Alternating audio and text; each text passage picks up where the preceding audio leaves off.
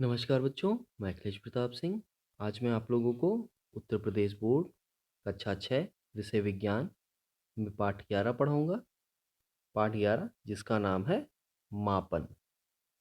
देखते हैं इस पाठ में हमको क्या क्या पढ़ना है। पहले देखिए, मापन की आवश्यकता एवं प्रयुक्त पद्धति। तो मापन की आवश्यकता क्या है, क्यों पड़ी, प्रयुक्त पद्धतियाँ क्या हैं, वो सब जानेंगे हम। लंबाई, द्रव्यमान, समय व ताप का मापन। लंबाई का मापन यानी लेंथ, द्रव्यमान मतलब भार, समय मतलब टाइम, ताप मतलब टेम्परेचर। इन सब का मापन हम कैसे करते हैं। क्षेत्रफल, आयतन का मापन, एरिया, क्षेत्रफल मतलब एरिया, आयतन मतलब वॉल्यूम, इसका मापन कैसे करेंगे।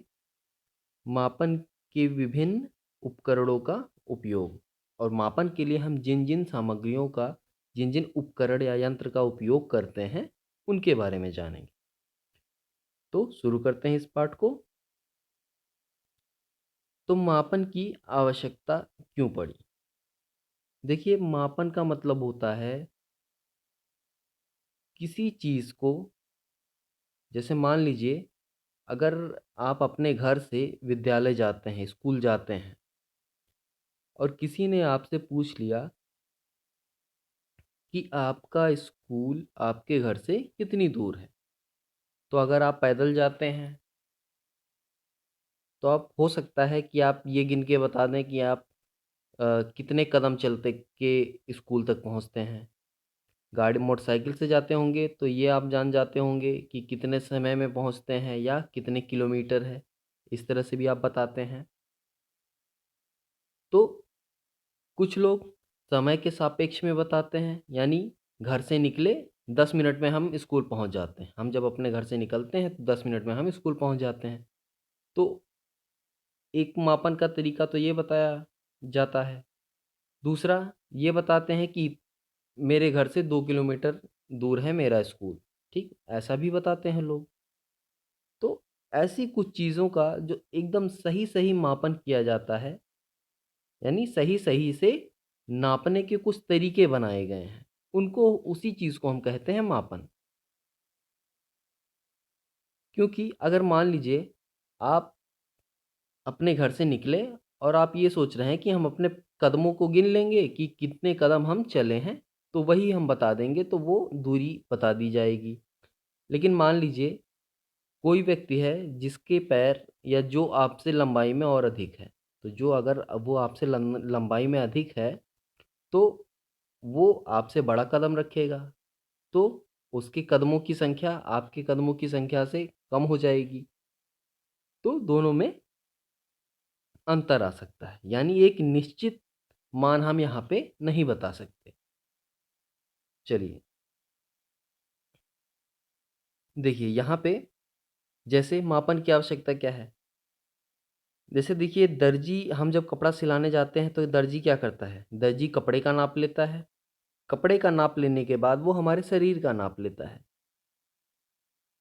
तो जब शरीर का नाप ले लेता है तब वो बताता है कि जितना कपड़ा आपने दर्जी को दिया है उसमें जो आप सिलाना चाहते हैं वो पूरी तरह से सिला जाएगा कि नहीं। ठीक, हम सामान खरीदने जाते हैं तो दुकानदार क्या करता है, तराजू पे सामान को तौलता है। एक तरफ बटखरा रखता है या बाट रखता है, 1 किलो का, आधा किलो का, ऐसा कुछ, और एक तरफ सामान रखता है, और फिर तौल कर हमको देता है ताकि हमको ये पता रहे कि हम कितना सामान अपने घर ले जा रहे हैं। समय, स्कूल में घंटी लगती है तभी आपको पता चलता है कि छुट्टी हो गई। स्कूल में जब बेल बजती है तभी तो पता चलता है कि स्कूल में छुट्टी हो गई। तो बेल कब लगाया जाता है, जब एक निश्चित समय पूरा हो जाता है दिन का, तभी छुट्टी वाली घंटी लगती है। जब कोई बीमार हो जाता है, यहाँ देखिए डॉक्टर क्या कर रहा है, डॉक्टर थर्मामीटर से, ये एक बीमार बच्चा है, इसका बुखार एक थर्मामीटर, एक यंत्र से इसका बुखार नाप रहा है। तो ये सब मापन अगर नहीं होते अगर ये दर्जी कपड़ा नहीं नाप पाता तो कैसे सिलता कपड़ा? सही से कपड़ा नहीं सिल पाता। आपको कितना सामान घर पे लेके जाना है, अगर ये बटखरा या तराजू नहीं होता तो कैसे जाते सामान लेके? अगर ये घड़ी नहीं होती, समय नहीं पता चलता आपको, तो स्कूल में छुट्टी कैसे होती समय से?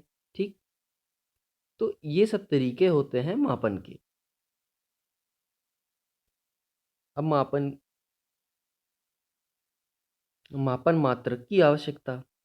अब जब हम सही से किसी चीज़ को नापना चाहेंगे तो हमें मापन मात्रक की आवश्यकता पड़ेगी। मान लीजिए आपको किसी ज़मीन का क्षेत्रफल नापना है। आपके पास कोई मात्रक नहीं है तो आप क्या करेंगे? अपने कदमों से चल के उसको नापेंगे। चारों ओर चल लेंगे तो आपको दूरी पता चल जाएगी, लंबाई चौड़ाई अपने कदमों के रूप में। 10 कदम लंबा, 10 कदम चौड़ा। मान लीजिए ऐसे कोई ज़मीन है।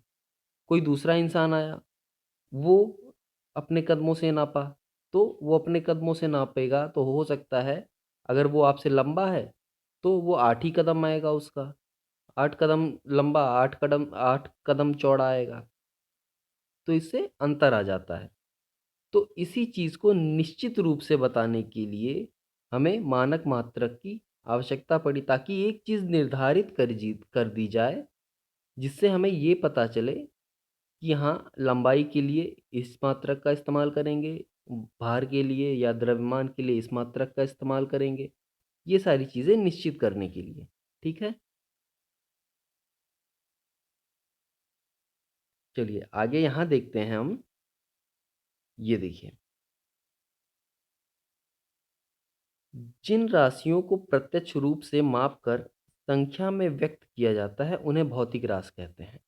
यानी हर भौतिक भौतिक राशि क्या है? लंबाई, क्षेत्रफल, जैसे यहाँ देखिए दिया ना, लंबाई, क्षेत्रफल, आयतन, द्रव्यमान, समय आदि।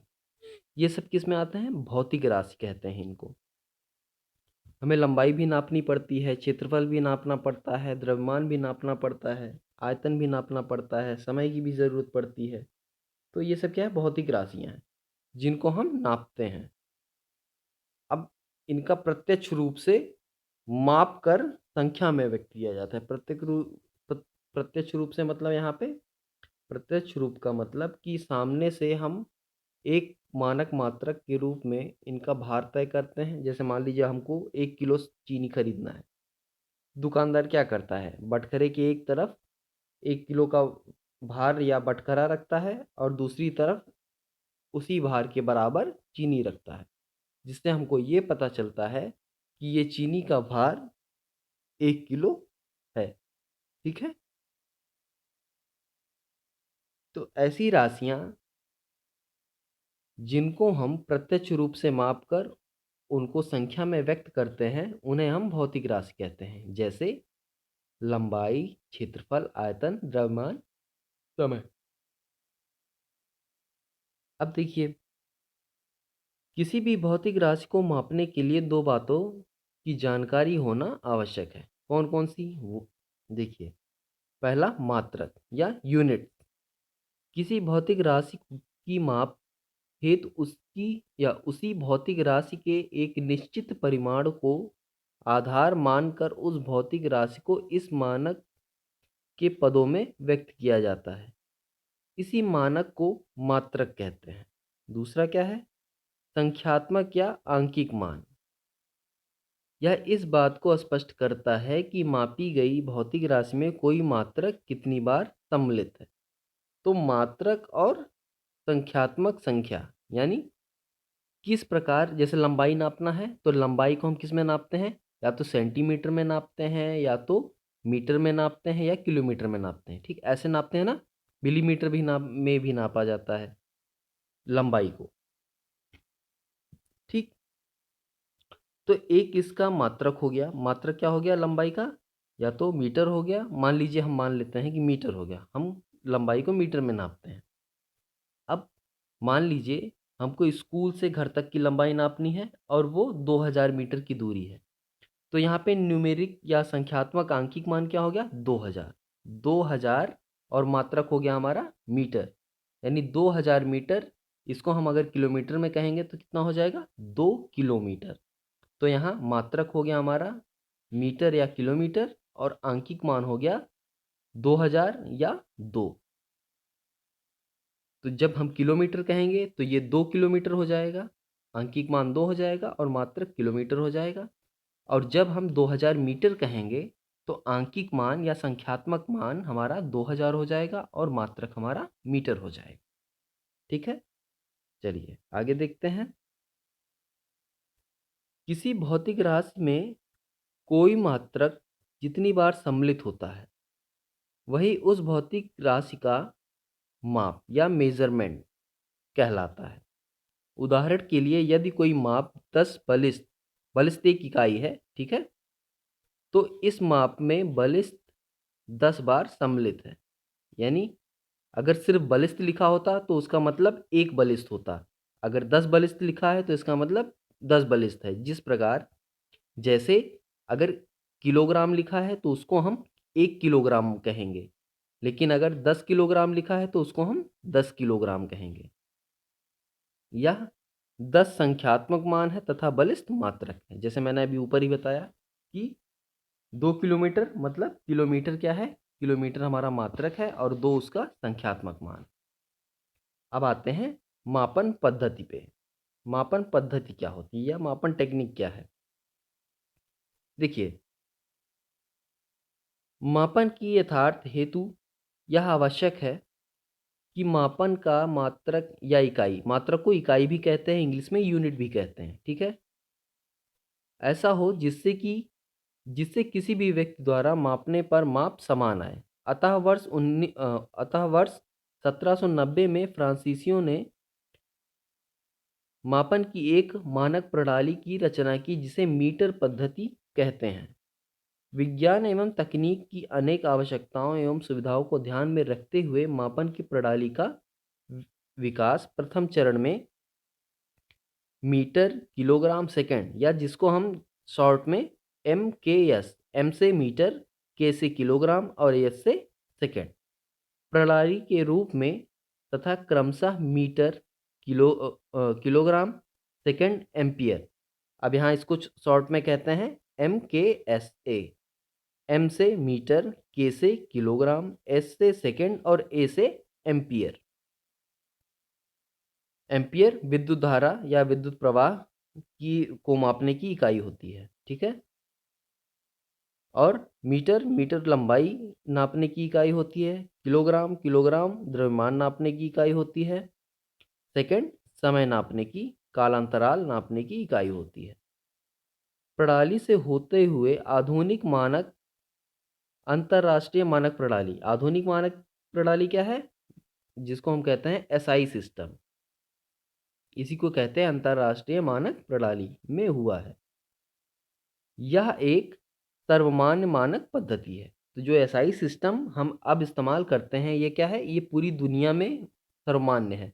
यानी जो 1 किलोग्राम बाट का भार आपके यहाँ इस देश में है, वही 1 किलोग्राम का बाट अगर हम अमेरिका में लेके जाएं तो वहाँ भी वो उतना ही भार बताएगा, ठीक है, कोई अंतर नहीं बताएगा। यानी इस पूरी दुनिया में इसको माना जाता है। अगर 1 किलोग्राम चीनी आप यहाँ लिए हैं तो अमेरिका में वो उतना चीनी लेके जाएंगे तो आपको वो 1 किलोग्राम ही बताएगा अगर आप कहीं तौलवाते हैं तो। मानक निर्धारित करने का अंतर्राष्ट्रीय कार्यालय फ्रांस में है। अंतर्राष्ट्रीय मानक मात्रकों को पेरिस कहाँ है, फ्रांस की राजधानी पेरिस ने नाप तौल ब्यूरो में सुरक्षित रखा गया है।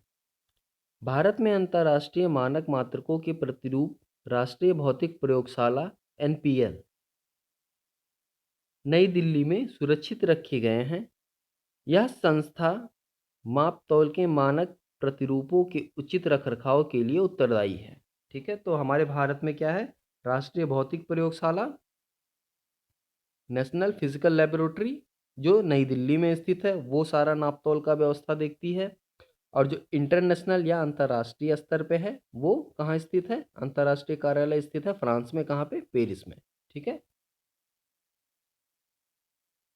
अंतर्राष्ट्रीय मात्रक प्रणाली एसआई सिस्टम में 7 मूल मात्रक हैं तथा 2 पूरक मात्रकों को सम्मिलित किया गया है, यानी कुल मिला के 9, 7 प्लस 2 9 हो गए, जिसमें से 7 मूल मात्रक हैं और 2 पूरक मात्रक हैं। तो देखते हैं। पहला देखिए लंबाई के लिए एसआई सिस्टम में हम क्या यूज़ करते हैं? एसआई मात्रक मीटर, संकेत क्या होता है? एम। द्रव्यमान के लिए किलोग्राम, संकेत होता है केजी। समय के लिए सेकंड, संकेत होता है स्मॉल एस। ये सब स्मॉल में लिखे हैं, स्मॉल लेटर में, ठीक। ताप ताप का एसआई मात्रक है केल्विन, इसको हम दर्शाते हैं कैपिटल के से। पदार्थ की मात्रा को मोल इसका एसआई मात्रक होता है, इसको लिखते हैं MOL, इससे दर्शाते हैं। ज्योतीय तीव्रता को एसआई मात्रक में कैडिला कहते हैं, इसको दर्शाते हैं स्मॉल CD से। विद्युत धारा, इसको एसआई सिस्टम में एम्पियर कहते हैं और दिखाते हैं या दर्शाते हैं कैपिटल A से। फिर दैनिक जीवन में तापमापन का प्रचलित पैमाना डिग्री सेल्सियस है। इसका संकेत ऐसे डिग्री बना के C लिख देते हैं, यानी ऐसे बना के ऐसे लिख देते हैं, यही होता है डिग्री सेल्सियस। जो हम जैसे पूछा जाता है ना कि मनुष्य के शरीर का सामान्य ताप क्या है, तो लोग क्या कहते हैं? 37 डिग्री सेल्सियस, ठीक है। तो ताप को नापने की एक इकाई ये भी है और ताप को नापने की एक इकाई ये भी है, डिग्री फ़ारेनहाइट, डिग्री सेल्सियस और एक क्या है? केल्विन। तो ताप नापने की 3 इकाई आप जान गए यहाँ पे। अब आते हैं लंबाई मापन। देखिए, लंबाई के मापन के लिए मानक मात्रक मीटर है। इसे संक्षेप में m या स्मॉल m द्वारा व्यक्त करते हैं। अब देखिए यहाँ पे एक तालिका दी है, इस तालिका को देखते हैं। ये आपको याद होना चाहिए। किलो, के का मतलब होता है 1000 गुना, ठीक। हेक्टो का मतलब होता है 100 गुना। डेका का मतलब होता है डेका का मतलब होता है 10 गुना। DA से इसको दर्शाते हैं। डेसी, डेसी का होता है मतलब 10वां भाग। सेंटी का 100वां भाग। मिली का 1000वां भाग। तो इसको याद करने का तरीका भी होता है। डेका 10 है, ऐसे कहते हैं ना, डेका 10 है किलो 1000। हेक्टो से समझो 100 बार। और फिर डेसी 10वां, सेंटी 100वां और मिली 1000वां भाग, ठीक है। डेसी 10वां, सेंटी 100वां और मिली 1000वां भाग। इस तरह से आप इसको याद कर सकते हैं। तो ये क्या है? ये लंबाई मापन की कुछ इकाइयां हैं। अब जैसे लंबाई मापन के लिए क्या होता है, हम इस्तेमाल करते हैं मीटर। अब यहाँ पे सिर्फ के लिखा है, के का मतलब किलो। किलो का मतलब होता है 1000। अब किलो ग्राम के साथ लग गया तो 1000 ग्राम हो गया।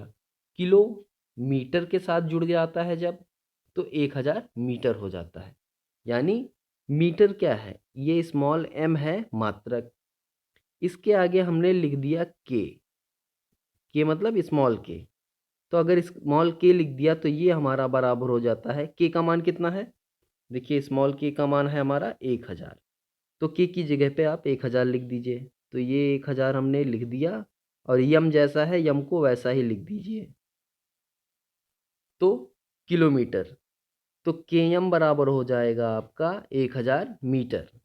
यानी हम कह सकते हैं एक मीटर में एक किलोमीटर में कितने मीटर होते हैं? 1000 मीटर। तो यहाँ पे के, एच या किलो, हेक्टो, डेका, ये सब क्या बता रहे हैं? ये सब हमें संख्यात्मक मान बता रहे हैं। ये आप लोग ध्यान से सुन लीजिए, ध्यान से याद कर लीजिए। यहाँ पे मात्रक का काम कर रहा है, ये जो मैंने लिखा है यहाँ पे देखिए, ये जो यहाँ पे मैंने के एम लिखा है, यहाँ पे एम जो है ये क्या है? मात्रक, ठीक है। ये मात्रक का काम कर रहा है और जो ये के है ये हमारा काम कर रहा है संख्यात्मक या आंकिक मान का। तो ये चीज़ें आप ध्यान रखेंगे क्योंकि आगे जब आप सवाल लगाएंगे तो ये चीज़ें आपको बहुत मदद करेंगी सवाल लगाने में और चीज़ों को समझने में। तो ये आप हमेशा याद रखेंगे। यहाँ पे जो के है, एच है, डी ए है, डेसी, सेंटी, मिली, ये सब क्या है? ये सब संख्यात्मक मान है। जैसे मान लीजिए आपके पास 1 रुपया है, ठीक? 1 रुपया अगर आपके पास है, तो अगर इसका हम 10वां भाग कर दें तो कैसे करेंगे? इसको हम 10 से भाग कर देंगे। तो 1 रुपये को 10 से भाग करेंगे, जो पैसा आएगा वो उसका 10वां भाग होगा, ठीक है? तो ऐसे हम किसी भी चीज़ का 10वां भाग, 100वां भाग, 1000वां भाग भी निकाल सकते हैं। चलिए आगे बढ़ते हैं अब। देखिए, यहाँ पे कुछ छोटी इकाइयाँ हैं जिनको हमें याद करना चाहिए। 1 इंच बराबर होता है 2.54 सेंटीमीटर। फिर 1 फुट बराबर होता है 12 इंच, या 12 इंच या फिर 30.48 सेंटीमीटर। 1 गज बराबर होता है 3 फुट। तो ये कुछ छोटी इकाइयाँ हैं जो हमें याद होनी चाहिए, क्योंकि हम अक्सर कपड़ा नपवाते हैं तो वो किस में हमको, या इंच में, या सेंटीमीटर, या फुट में नाप के मिलता है, ठीक है? या मीटर में भी नाप के मिलता है। तो लंबाई नापने की ये सारी इकाइयाँ क्या हैं? लंबाई नापने की, ठीक है? लेंथ नापने की इकाइयाँ हैं, यूनिट हैं। अब स्केल तो आपने देखा ही होगा, ये पटरी होती है ना, पटरी जिससे हम लाइन खींचते हैं, उसमें कई सारी गिनतियाँ बनी होती हैं। 0 से शुरू होता है या 1 से शुरू होता है, 6 तक जाता है, ठीक है? 6 इंच की पटरी होती है हमारी, जो छोटी वाली पटरी होती है। तो उसमें पटरी से हम क्या करते हैं? लाइन भी खींचते हैं, साथ साथ चीज़ों की लंबाई भी हम उस पटरी से नाप लेते हैं। अगर कोई छोटी चीज़ है, 6 इंच तक की चीज़ है, तो हम उसकी लंबाई नाप सकते हैं। उससे बहुत बड़ी वस्तु है तो उसके लिए हमें फिर फीता लाना पड़ता है, या मीटर वाला वो बड़ा सा मीटर लाना पड़ता है, जिससे हम 1-1 मीटर की लंबाई नाप सकते हैं। अब आते हैं द्रव्यमान। द्रव्यमान का मापन। देखिए, द्रव्यमान का मापन कैसे करेंगे? किसी वस्तु में पदार्थ का जितना परिमाण, परिमाण का मतलब मात्रा, किसी वस्तु में पदार्थ की जितनी मात्रा होती है, वह उस वस्तु का द्रव्यमान कहलाता है। द्रव्यमान के मापन के लिए मानक मात्रक किलोग्राम है। इसे संक्षेप में केजी से व्यक्त करते हैं। अब देखिए, किलोग्राम क्या है? ये मानक मात्रक है हमारा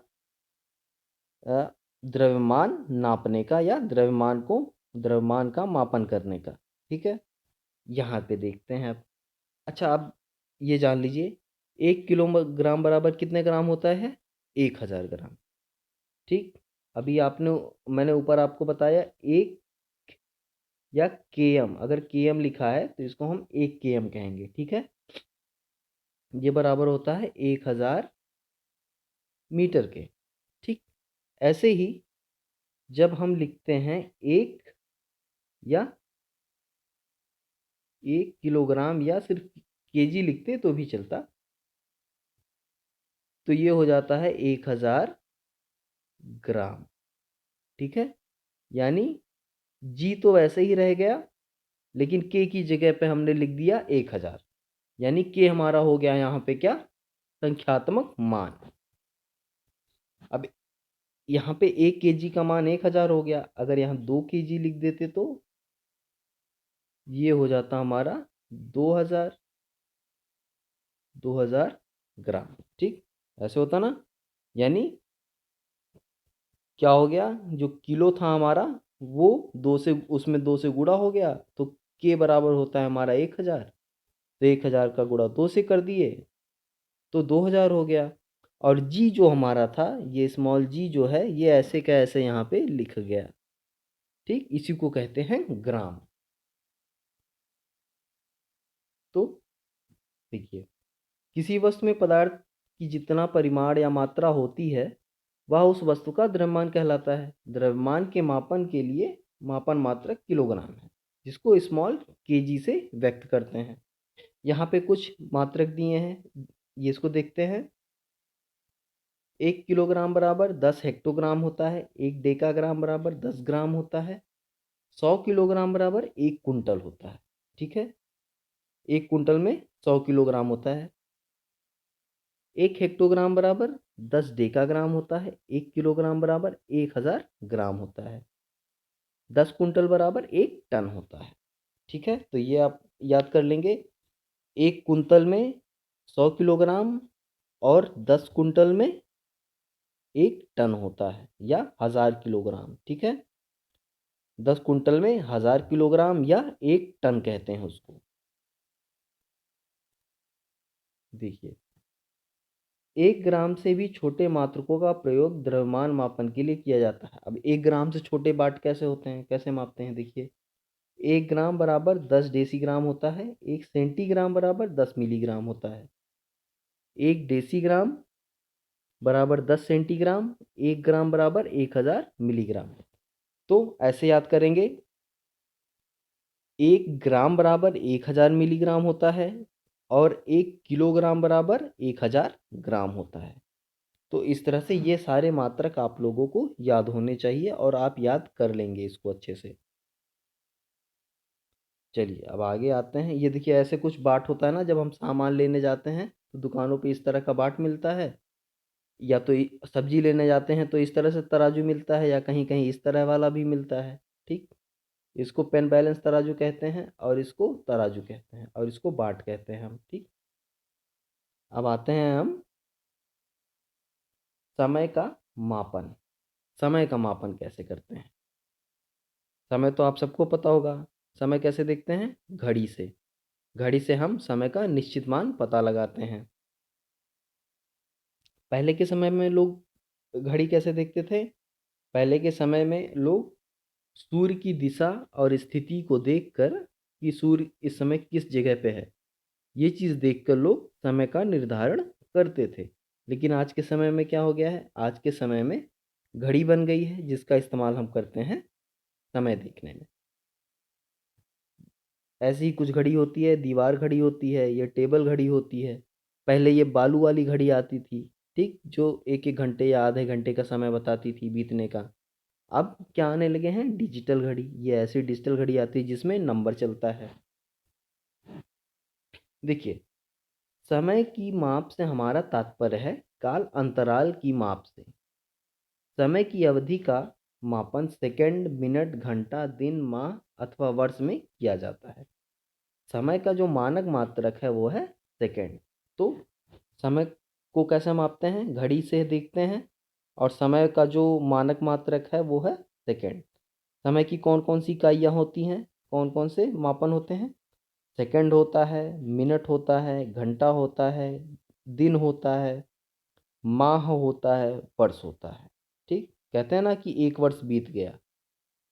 कोई जैसे आपका कोई पूछता है कि आपका जन्म कब हुआ था, या आपको पैदा हुए कितने वर्ष हुए, तो आप बताते हैं ना कि हम मुझे पैदा हुए, मेरा जन्म हुए 7 वर्ष हुए, 6 वर्ष हुए या 5 वर्ष हुए, ऐसे बताते हैं ना।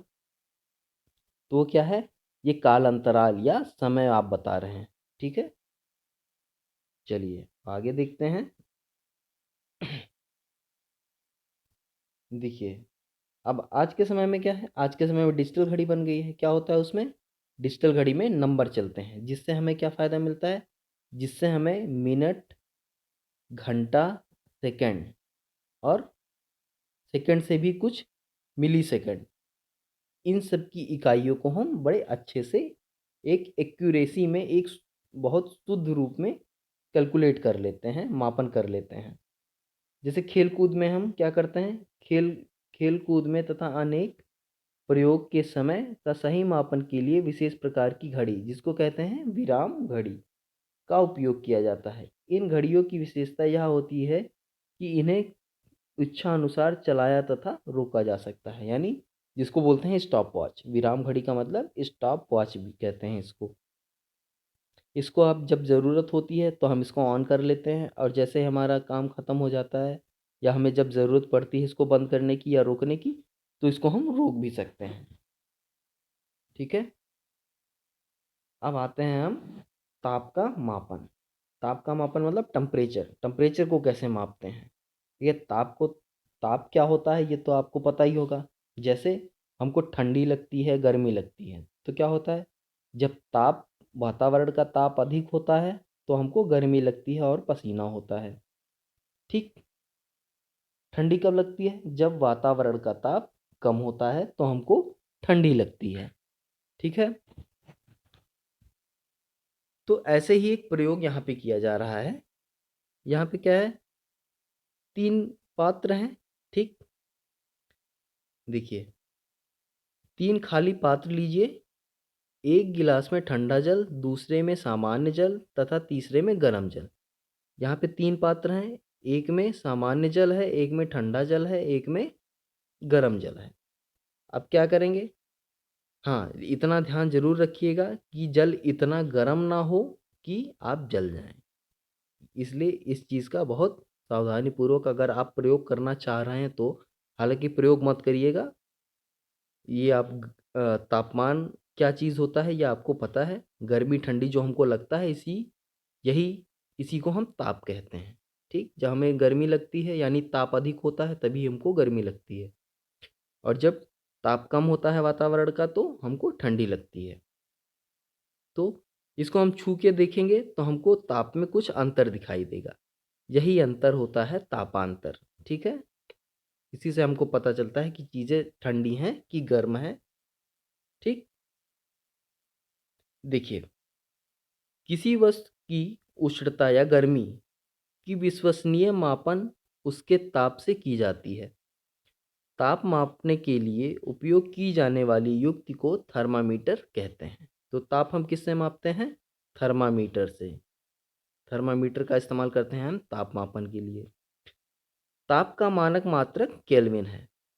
दैनिक जीवन में ताप का प्रचलित मात्रक डिग्री सेंटीग्रेड या डिग्री सेल्सियस तथा डिग्री फ़ारेनहाइट है। तो 3 इकाइयाँ आपको पता चली। मानक मात्रक क्या है ताप का? केल्विन। लेकिन सामान्यतः लोग डिग्री सेंटीग्रेड और डिग्री सेल्सियस या डिग्री फ़ारेनहाइट का इस्तेमाल ताप के लिए अधिक करते हैं।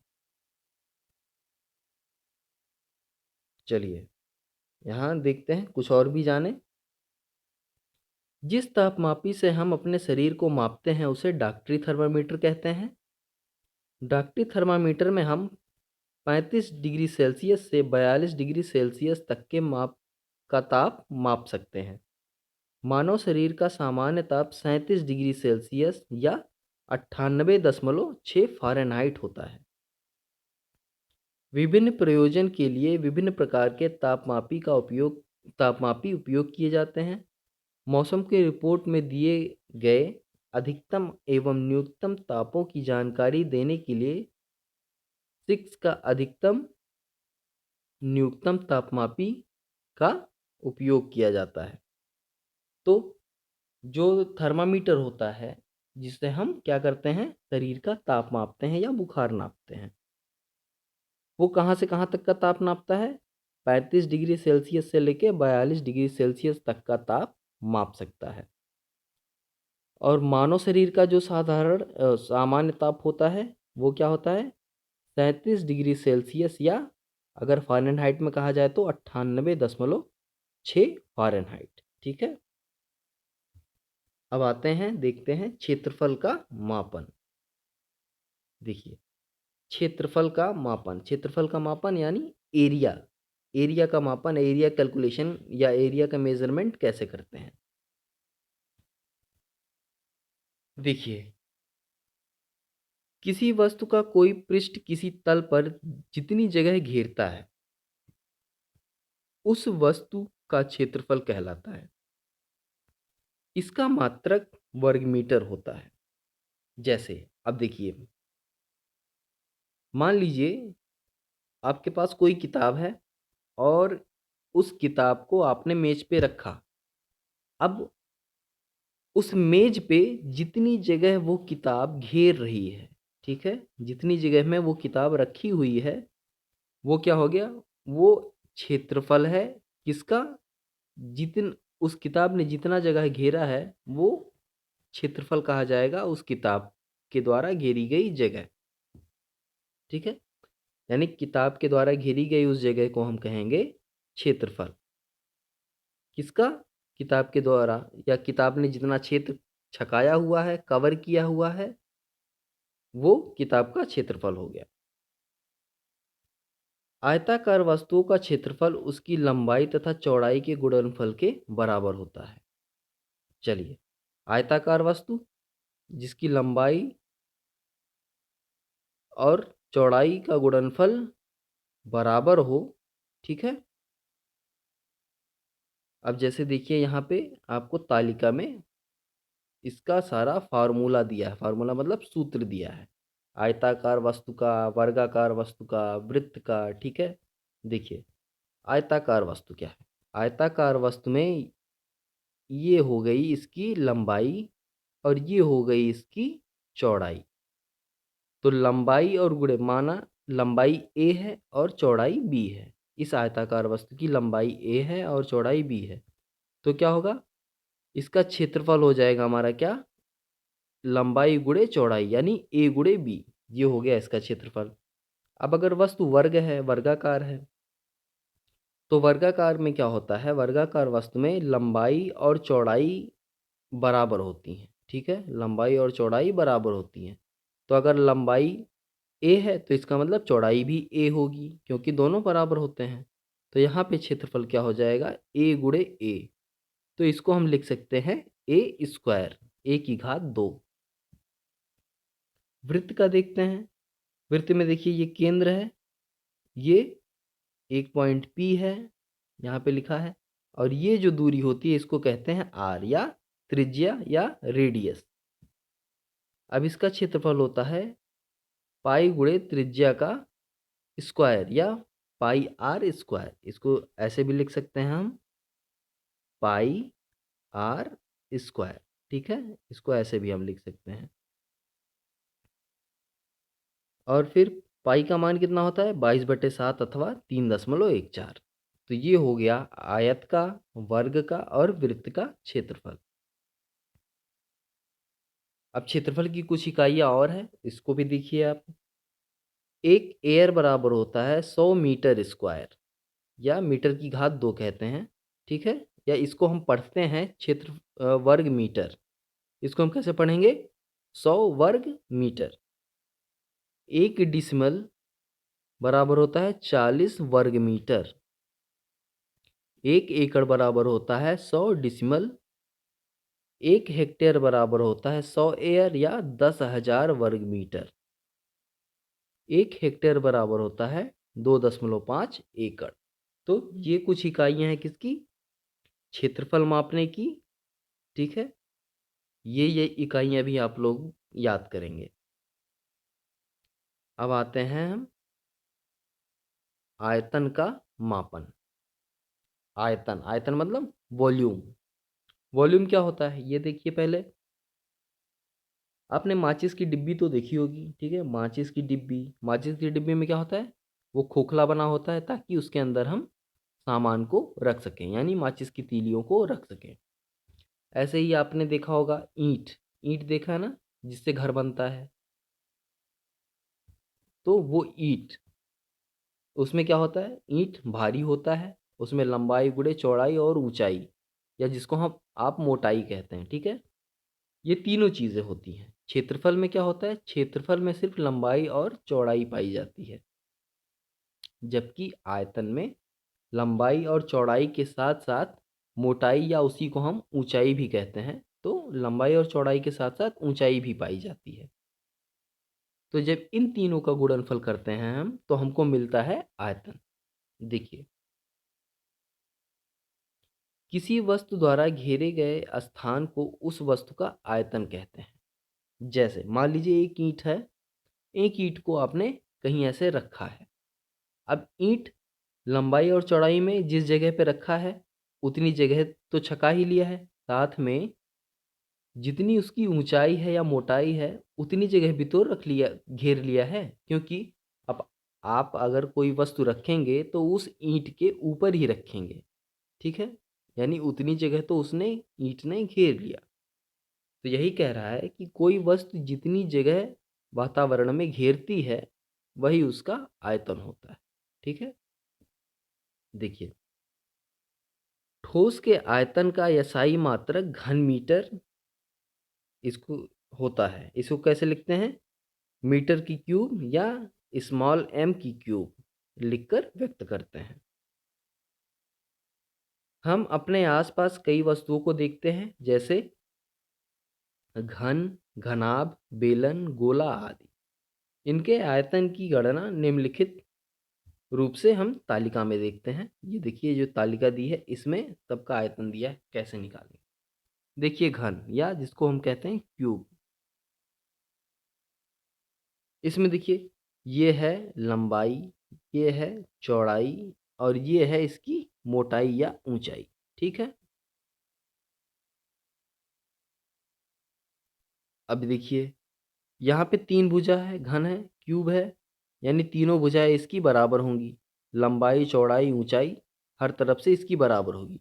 तो जब लंबाई, चौड़ाई, ऊंचाई बराबर है, तो कह सकते हैं भुजा गुणे भुजा गुणे भुजा, 3 भुजा का गुणा होगा।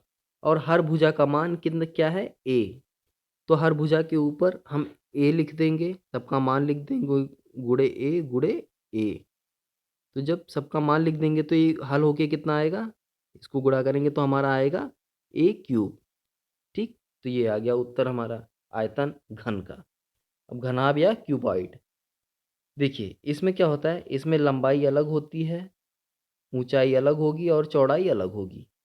तो लंबाई यहाँ पे a है और ऊंचाई c है, चौड़ाई b है। तो यहाँ पे लंबाई गुणे चौड़ाई गुणे ऊंचाई, तो मान लेते हैं लंबाई a है, चौड़ाई b है और ऊंचाई c है। तो जब इनका गुणा करेंगे तो हमारा क्या आएगा? a गुणे b गुणे c। तो इसका आयतन हो, घनाभ का आयतन हो गया a गुणे b गुणे c। अब गोला आता है। गोले में क्या होता है? एक बिंदु होता है, बिंदु के साथ ये जो लाइन होती है इसको कहते हैं रेडियस या आर, जो लिखा हुआ है यहाँ पे देखिए। अब इसका आयतन जब निकालेंगे हम, तो इसका आयतन होता है 4/3 पाई गुणे अर्धव्यास। यानी अर्धव्यास, देखिए व्यास का मतलब होता है डायमीटर, व्यास को ही डायमीटर कहते हैं। तो व्यास क्या होता है? अब रेडियस को इतना बड़ा अगर कर दिया जाए, एक ऐसी लाइन, किसी गोले की ऐसी ऐसी रेखा जो केंद्र से होकर दोनों छोरों को छूती है, दोनों छोरों तक जाती है, उसको कहते हैं व्यास। तो व्यास क्या होता है? 2 रेडियस के बराबर, या कह सकते हैं हम कि रेडियस व्यास का आधा होता है। तो रेडियस हो गया हमारा, अगर व्यास हमारा है, तो व्यास बराबर होगा 2r, 2 रेडियस के, 2 त्रिज्या के बराबर होगा, ठीक है? चलिए, तो यहाँ पे अर्धव्यास यानी त्रिज्या का क्यूब, तो ये फार्मूला आ जाएगा हमारा क्या? सूत्र 4/3 पाई आर क्यूब। तो ये हो गया आयतन क्यूब का, घनाभ का और गोले का। अब यहाँ पे एक तालिका दी गई है, तालिका में आकृतियों का आयतन पूछ रहा है। ईंट में क्या होता है? लंबाई होती है, चौड़ाई होती है, ऊंचाई होती है। तो लंबाई गुणे चौड़ाई गुणे ऊंचाई क्या होगा? ए बी सी मान लीजिए, तो ए गुणे बी गुणे सी। ऐसे ज्यामिति बॉक्स या ज्योमेट्री बॉक्स, लंबाई होती है उसमें, चौड़ाई होती है, ऊंचाई होती है। तो मान लीजिए लंबाई ए है, चौड़ाई बी है और ऊंचाई सी है, तो ए गुणे बी गुणे सी ये भी हो जाएगा। तो ऐसे ही बाकी भी आप लोग हल कर लेंगे। द्रव के आयतन का मापन, अभी तक हमने जो आयतन पढ़ा था ऊपर, ईंट का पढ़ा था, ठीक है, गोले का पढ़ा था, घन का पढ़ा था। तो क्या है ये सब? क्या है? ये सब ठोस है, ठीक है? तो अभी तक हमने ठोस का आयतन पढ़ा। ठोस का आयतन का मानक मात्रक क्या है? मीटर क्यूब या वर्ग मीटर। अब हमको पढ़ना है द्रव के आयतन या द्रव का आयतन। देखिए द्रव का आयतन क्या होता है? द्रव का आयतन बस इतना जान लीजिए, द्रव किसी भी बर्तन में हम रखते हैं तो द्रव उस बर्तन का आकार ले लेता है। जैसे दूध, आपके यहाँ घर पे दूध आता होगा, तो दूध वाला जब दूध देता है तो आप भगोने में या किसी डिब्बे में लेते हैं, तो वो जैसे ही दूध को उस डिब्बे में या उस बर्तन में डालता है, दूध उसी का आकार ले लेता है। अब हमको ये कैसे पता चले कि हमने कितना दूध लिया है? अब ऐसे तो कहते हैं ना 1 लीटर दूध लिए या 2 लीटर दूध लिए, तो इसका कोई मानक मात्रक होगा ना, मापन होगा, कि कैसे पता चलेगा 1 लीटर या 2 लीटर?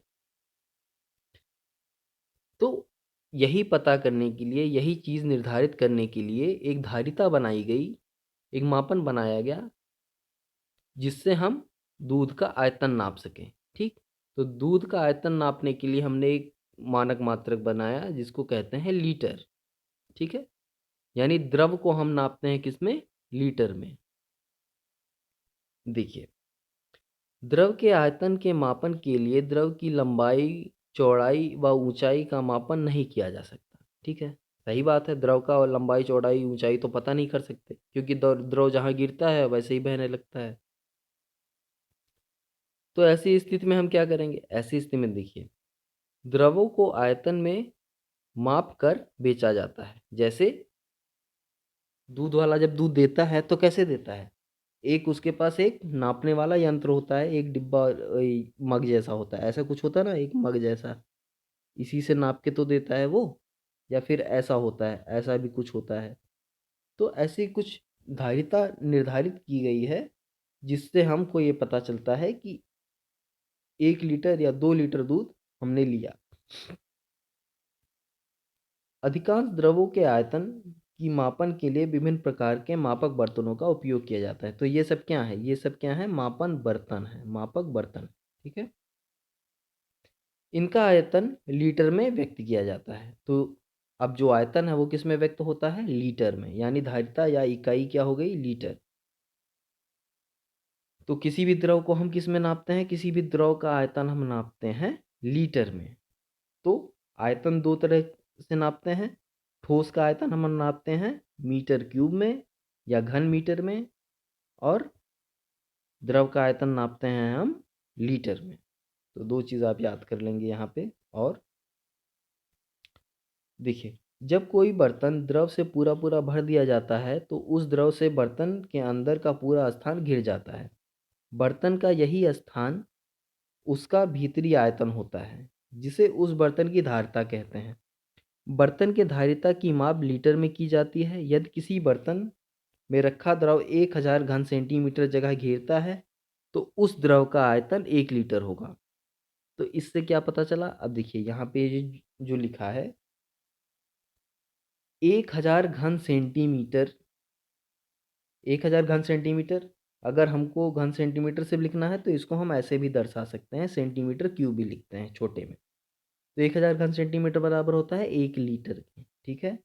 और 1000 लीटर बराबर होता है 1000 घन मीटर क्यूब के, ठीक है? तो ये आप ध्यान देंगे, 1000 लीटर बराबर होता है 1 घन मीटर के, और 1000 घन सेंटीमीटर बराबर होता है 1 लीटर के। घन मीटर या घन सेंटीमीटर में ठोस का आयतन तथा लीटर में तरल, तरल मतलब द्रव तथा गैस का आयतन मापा जाता है। क्यूसेक पानी के बहाव की इकाई है। क्यूसेक क्या है? पानी के बहाव की, जो पानी कितनी तेजी से बह रहा है, ठीक है, उसकी इकाई होती है क्यूसेक। तो आयतन आपने जाना, यहाँ पे आयतन क्या होता है?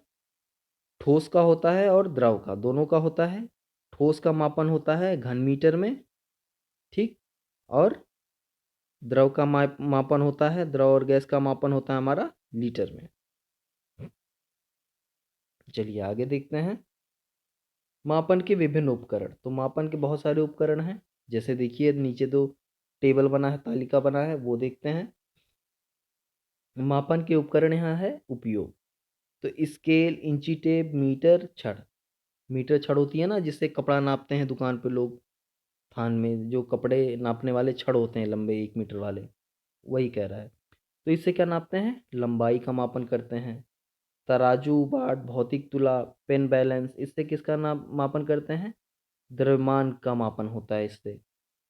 विराम घड़ी या इसी को स्टॉपवॉच कहते हैं। टेबल घड़ी, दीवार घड़ी, बालू घड़ी, डिजिटल घड़ी, धूप घड़ी, ये सब क्या होते हैं? समय का मापन करते हैं। डॉक्टरी थर्मामीटर, प्रयोगशाला थर्मामीटर, ये ताप का मापन करते हैं।